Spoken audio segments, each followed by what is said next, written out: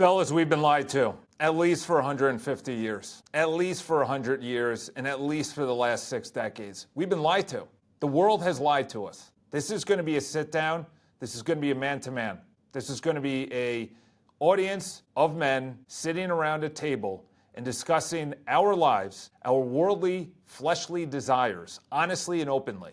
Okay? What do you mean, Charles, that we've been lied to? We've been told that money is the best, that followers are the best, that likes and comments and popularity and being jacked and being a man of the world, sleeping around, caring about sports to the nth degree, fantasy football, gambling, gaming, being lazy, all these things. These are good things. These are passive things that are good.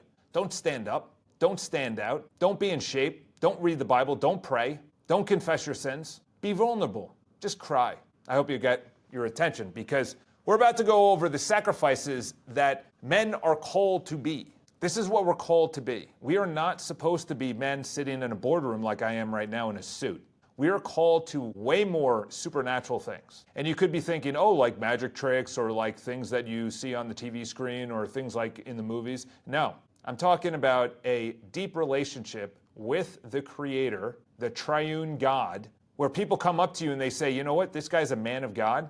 He's in a state of grace. He doesn't sin. He doesn't do mortal sin of inappropriate images, or he doesn't lust after other people's wives. He doesn't watch red pill stuff on YouTube and talk about all the cars he has and all the money he has, but he is sinning by drinking too much, sinning by putting idols instead of God. So the first thing we're going to be talking about, because I have a beautiful list of items that not only men need to get back into the state of grace, but they need to add the word sacrifice. Sacrifice comfort.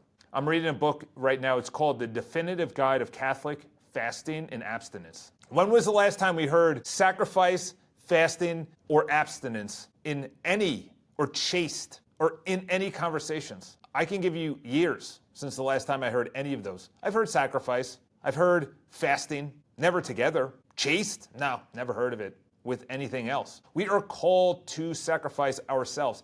I was at church and the homily was talking about how love is the truth. Love is the sacrifice for others. Lust and desire is using someone else. It could be a woman. It could be a business relationship. You're using that business relationship for your own pleasure. Pleasure could be money. It could be using them to get up in the world. There's another quote by a saint that said, once you get enough, you share the rest. Just enough, and you share the rest. That was Bishop Aaron who's talking about it. Comfort, okay? I was having a discussion with my mom yesterday, and due to this definitive guide to fasting, she said, yeah, but they lived shorter lives. I said, they lived shorter lives. They lived very uncomfortable lives, yet they chose to sacrifice food. Their first meals were after sunset for the first few hundred years for a lot of people, especially the clergy. Number 2 is sacrifice lust.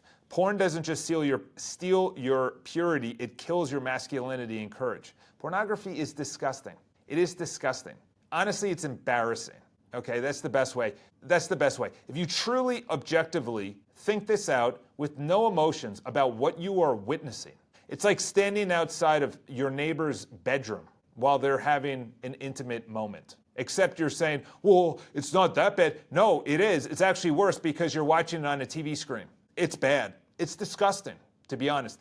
And in the Catholic Church, they call it self-abuse. That's what it is. Or self-harm. One of them. I think it's self-harm. Whichever one it is, you're harming yourself. Your eyes, you're watching that with the Creator. You're watching that with the triune God.